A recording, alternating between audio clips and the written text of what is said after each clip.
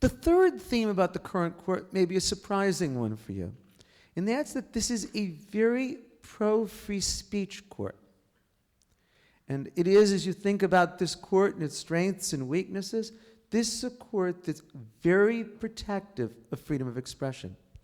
Let me give you just a few examples, a couple from a year ago and one from June 28th. One from a year ago is a case that each of you has heard of, a case called Snyder versus Phelps, even if you don't know the title of the case. It involves whether there's a First Amendment right of individuals to protest at funerals of those who died in military service. There's a small church out of Topeka, Kansas, the Westboro Baptist Church. It's led by Fred and Margie Phelps. The members of the Westboro Baptist Church go to funerals of those who died in military service and use them as the occasion for expressing a strong anti-gay and anti-lesbian message. In fact, it's quite vile what they say. Matthew Snyder died in military service in Iraq. The members of the Westboro Baptist Church went to his funeral in the state of Maryland. The day before the funeral, they asked a local police officer where they could lawfully stand during the funeral. The officer pointed to a spot about 1,000 feet away from the funeral to occur. Before the funeral, the members of the Westboro Baptist Church sang and chanted. During the funeral, they were silent. They weren't disruptive in any way, but they held up signs. That night on the news, Matthew Snyder's father, Albert Snyder, was able to see footage and read the signs. He was deeply offended. He sued Fred and Margie Phelps and the members of the Westboro Baptist Church for intentional infliction of emotional distress, for invasion of his privacy. And a jury awarded him $10 million. The Supreme Court 8-1 reversed that and ruled in favor of the members of the Westboro Baptist Church. Chief Justice Roberts wrote for the court. Only Justice Alito dissented. Chief Justice Roberts said that above all, the First Amendment means that the government can't punish speech or create liability just because the speech is offensive, even deeply offensive. The Supreme Court previously said there's a right to burn an American flag as a form of political protest, even though most find that deeply offensive. Previously, the Supreme Court had said people have a right to burn a cross, even though, given its vile history, caused great emotional distress. I'm sure you remember the incident, now over 30 years ago, where the Nazi Party wanted to march in Skokie, Illinois, where there were a large number of Holocaust survivors. Every court, every judge without exception, said the Nazis had the right to do that because speech can't be punished or held liable, no matter how offensive, no matter how deeply offensive it may be. Another example from a year ago, from June of 2011, was a case called Brown versus Entertainment Merchants. California had a law that made it a crime to sell or rent violent video games to minors under 18 without parental consent. The Supreme Court declared that law unconstitutional.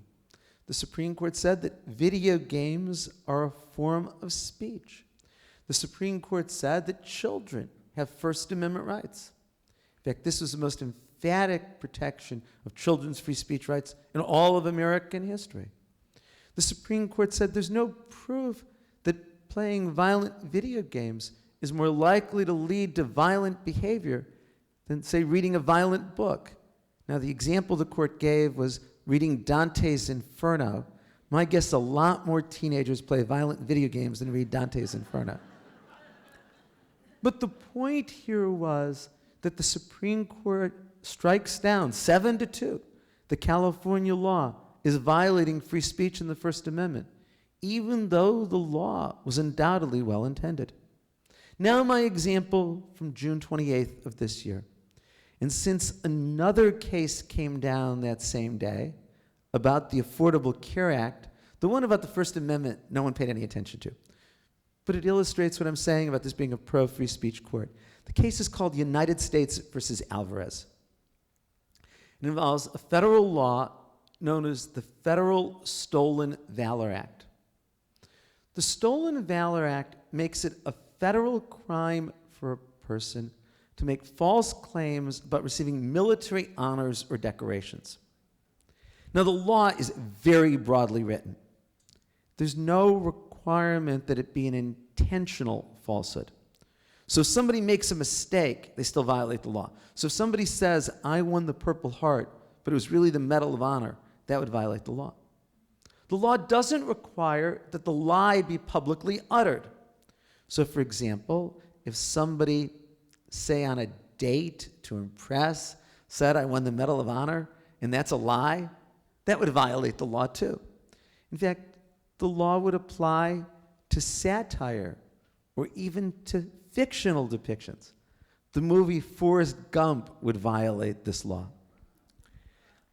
Javier Alvarez was a member of a water rights commission in Claremont, California, a water district. And Justice Kennedy describes him in the first line of the opinion as a habitual liar. At his first water district meeting, Alvarez said that he had won the Medal of Honor. A local newspaper, several blogs, quickly exposed his lie, and he was ridiculed for it. But he was convicted for violating the Stolen Valor Act. And the underlying issue before the Supreme Court is a fascinating one. Is there a First Amendment right to lie?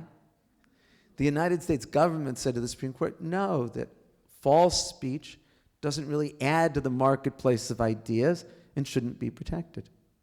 6-3, the Supreme Court declared this law unconstitutional. Justice Kennedy wrote for the largest group of justices, and Justice Kennedy said that there are areas where false speech can be punished, but generally the government can't punish expression just because it's untrue.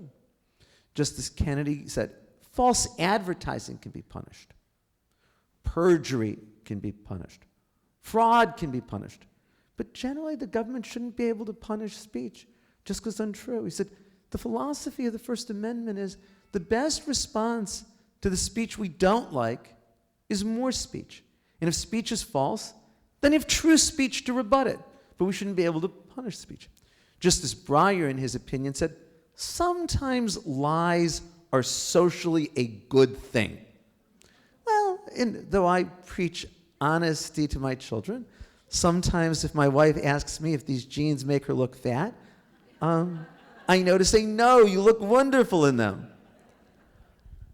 We can all think of examples where lies might have some social benefit. The point of which is the Supreme Court came down on the free speech side and against the government regulation side. So I think one of the interesting characteristics of this court that's overlooked is that it's a pro-free speech court. The fourth theme that I would identify for you about this court is that it is not as much of a states' rights court as we might expect from a conservative court, though that could certainly change depending on the next election. There were two very high-profile cases decided the last week of June. On Monday, June 25th, the Supreme Court decided a case concerning immigration law, United States versus Arizona. And on Thursday, June 28th, the court decided about the constitutionality of the Patient Protection and Affordable Care Act, a case called National Federation of Independent Business versus Sebelius. What I want to suggest to you is that both of these cases can be explained by the unexpected votes of John Roberts. Because in both cases, John Roberts cast the surprising vote in favor of the national government and against states' rights. And there's been lots of speculation in the media about why did John Roberts vote this way. What I'm going to suggest to you is he voted this way because he's a pro-business judge, and he voted the way business interests preferred both his cases, and he's a conservative who's more inclined towards federal power than states' rights, unlike other conservative justices. But all of this could change, and change dramatically, depending on who's the new justices on the Supreme Court. Let me talk about each of these cases in turn. The first, as I said, is United States versus Arizona. It involved an Arizona law adopted in 2010, SB 1070. SB 1070 declares that its purpose is to decrease the presence in Arizona of those who are not lawfully in the United States. It says it wishes to do this through aggressive law enforcement and through attrition. The Arizona law does many things. In the summer of 2010, a federal district court judge in Arizona, Susan Bolton, issued a preliminary injunction finding 4 of these provisions likely unconstitutional. And they're the 4 that are really the core of SB 1070. One provision says that if police officers stop an individual and have reasonable suspicion that the person is not lawfully in the country, they can ask the person to produce papers documenting his or her immigration status. A second provision of law that she enjoined said that non-citizens in Arizona must carry with them at all times papers showing that they're lawfully in the country. A third provision made it a crime in Arizona for anyone not lawfully in the United States to seek or receive employment. And a fourth provision said that the police can arrest without warrants if they have probable cause that somebody is deportable, such that they have reason to believe they're illegally in the United States. The United States Court of Appeals affirmed Judge Bolton's preliminary injunction, and it came to the Supreme Court. And the Supreme Court, in a 5-3 decision on Monday, June 25th, upheld almost everything Judge Bolton had said. Now, Justice Kennedy wrote for the court, joined by Chief Justice Roberts and also Justices Ginsburg, Breyer, and Sotomayor. Justice Kagan did not participate because she had been the Solicitor General of the United States while they were involved in the matter, and Justices Scalia, Thomas, and Alito dissented. So had John Roberts joined with the dissenters, as we might have expected, had he been with Scalia, Thomas, and Alito, it would have been a 4-4 split on the Supreme Court. And that means the Supreme Court just would have let the lower court decision stand, and they wouldn't have issued any opinion. So that's why Roberts' vote becomes so important here. Justice Kennedy, writing for the court, said, immigration is solely within the control of the federal government. Anything done with regard to immigration has enormous effects on foreign policy. States can't have a foreign policy of their own. The court relied heavily on a 1942 Supreme Court decision called Hines versus Davidowitz, where the Supreme Court said that states cannot, and I'm going to quote, complement or contradict federal immigration law. And so the court said that the provision that required that non-citizens carry papers was invalid, is preempted by federal law. The provision that said that it's a crime in Arizona for someone who's not lawfully in the country to apply or receive employment, unconstitutional. States can't do that. The provision that said that the police can arrest without warrants if they have reason to believe that somebody's deportable, unconstitutional, because it interferes with federal immigration efforts. Only one provision of the preliminary injunction was overturned, and even that was narrowed by the Supreme Court.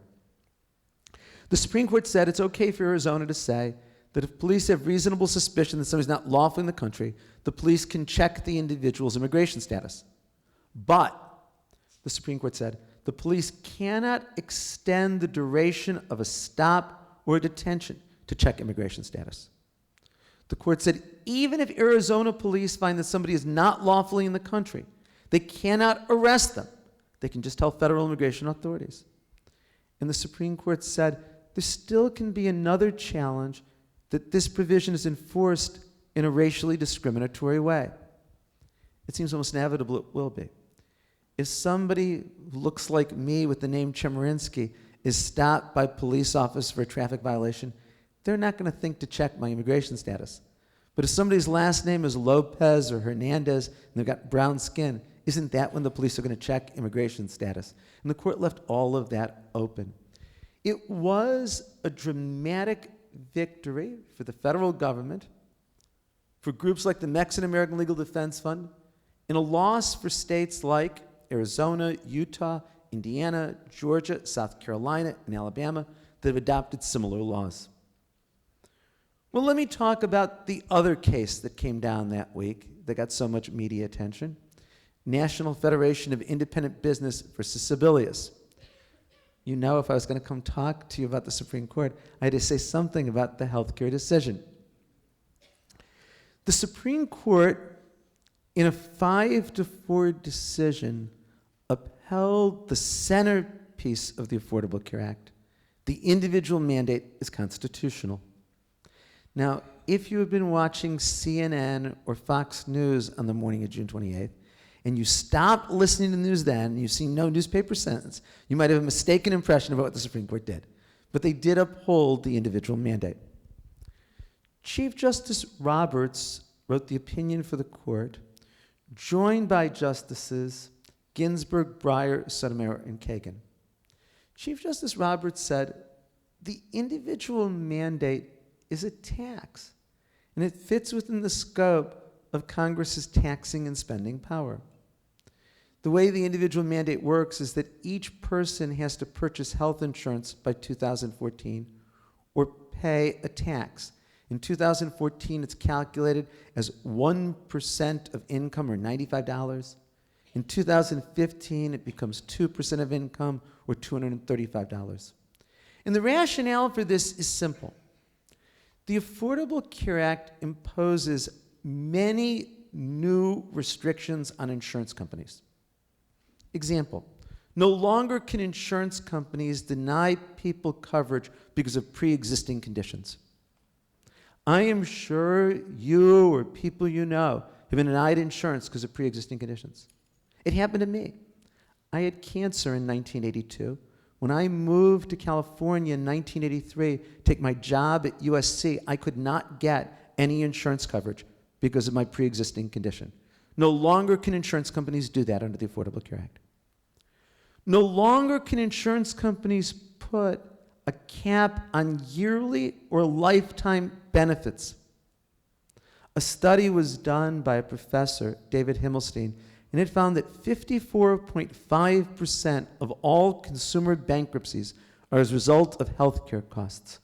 And of course, that's the result of often the yearly and the lifetime caps on benefits. No longer can insurance companies do that. No longer can insurance companies charge higher premiums to people based on their healthcare conditions.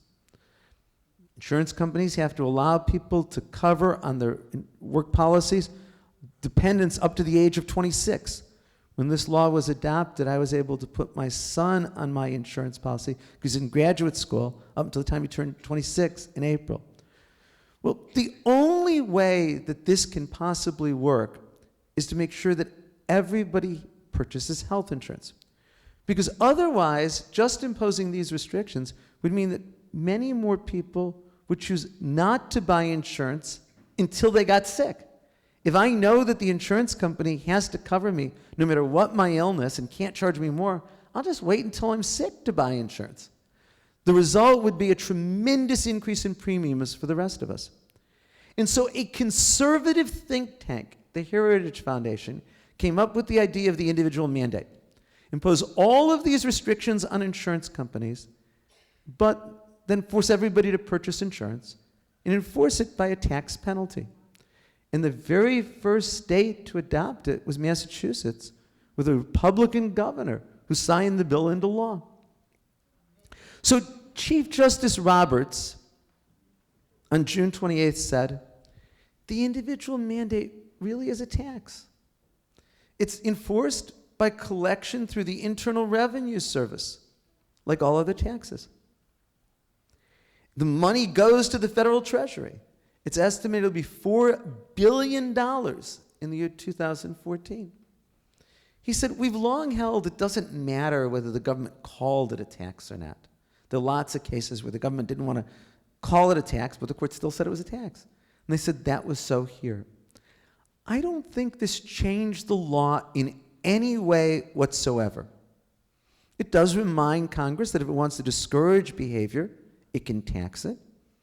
As Chief Justice Roberts said, if Congress wants to encourage energy-efficient windows, it can tax those who don't have it. But I don't think that this really changes the law in any meaningful way. Now, interestingly, 5 of the justices said that Congress could not adopt the individual mandate as an exercise of its power to regulate commerce among the states. Now, I'm not sure why there's any need to even discuss that, given that they've upheld the individual mandate, but they did. Chief Justice Roberts, in his opinion, and then Justices Scalia, Kennedy, Thomas, and Alito, in their joint dissent, said, Congress, in regulating interstate commerce, can regulate economic activities which, taken cumulatively, have a substantial effect on interstate commerce. These 5 justices said, it's not economic activity when people are not buying health insurance. They said this is inactivity rather than activity. Now, Justice Ginsburg, in her dissent, I think very persuasively said, we're all engaged in economic activity when it comes to health care. 99.9% of the people in this country will receive medical care in their lifetime. 60% of those who don't have health insurance receive medical care in any given year. For the average family, they pay $1,000 more in insurance premiums each year because of the cost of those who don't have insurance. Justice Ginsburg said, all of us are either purchasing insurance or we're self-insuring. Either way, that's economic activity, and Congress should be able to regulate it. Now, besides that, I think when you start talking about lines between activity and inactivity, so much depends on just how you characterize it. If somebody doesn't stop at a traffic light, is that inactivity of not stopping, or is it activity in going through the intersection? Or I'll give you another example that's now pending in court. There's a federal law that makes it a crime for a person to cross state lines if child support payments are not up to date. This was adopted by Congress as part of regulating commerce among the states. Is that regulating inactivity?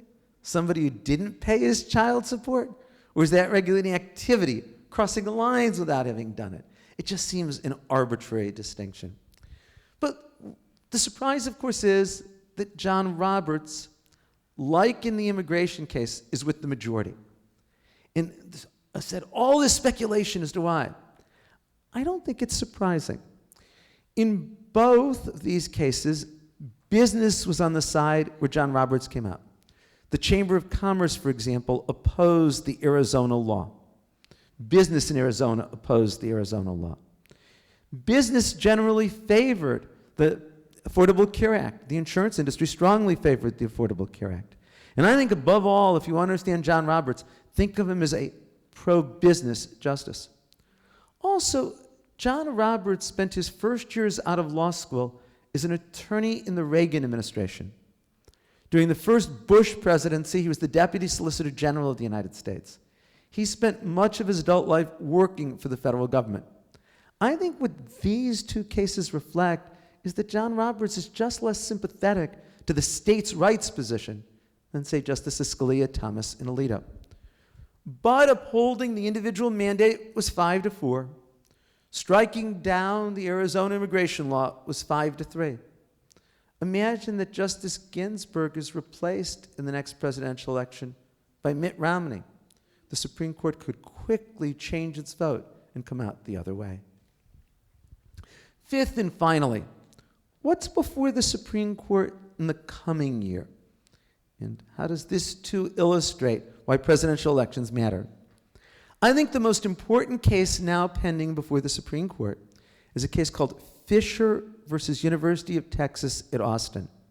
It will be argued to the Supreme Court on the morning of Wednesday, October 10th.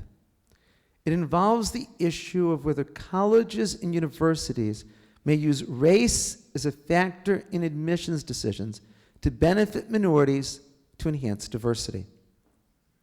In June of 2003, The Supreme Court, in a 5-4 decision in Grutter versus Bollinger, said that colleges and universities have a compelling interest in having a diverse student body, that college universities may use race as a factor in their admissions decisions to benefit minorities and enhance diversity.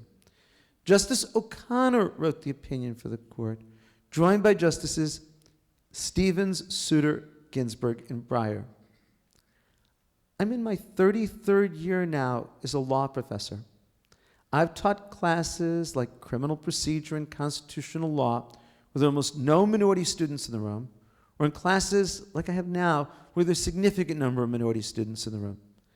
The conversation is different. The education of all students is different. The preparation of students to be lawyers in our diverse world is different if there's not diversity. Given the continued discrimination, the continued inequity in school funding, unless there's still some form of affirmative action, we will have university, professional school, classes across the country that are far less diverse. And we see it in our admissions decisions. Every law school, every college and university sees it. So much is at stake in this case. Now remember I said in Grutter is 5-4. O'Connor joined by Stevens, Souter, Ginsburg, and Breyer. But O'Connor is no longer on the court. She's been replaced by Samuel Alito. No one thinks Samuel Alito will vote that way. There is no doubt there are 5 votes to significantly weaken, maybe even overrule Grutter versus Bollinger. And the effect is going to be enormous through the country. Had Carrier Gore replaced Rehnquist and O'Connor, Grutter would be secure. Now it's likely to be overruled, or at least significantly overruled. These are an amazing couple of years in the Supreme Court. I can't think of any 2 terms of the Supreme Court with so many blockbuster decisions. So many decisions with such a profound effect, not only on the law, but on all of us in the most intimate, important aspects of our lives. These 2 years aren't atypical. The Supreme Court is going to continue to play a pivotal role. What the Supreme Court does for decades to come is likely determined by who wins in November of 2012. So I've talked my 45 minutes and left the rest of the time for questions.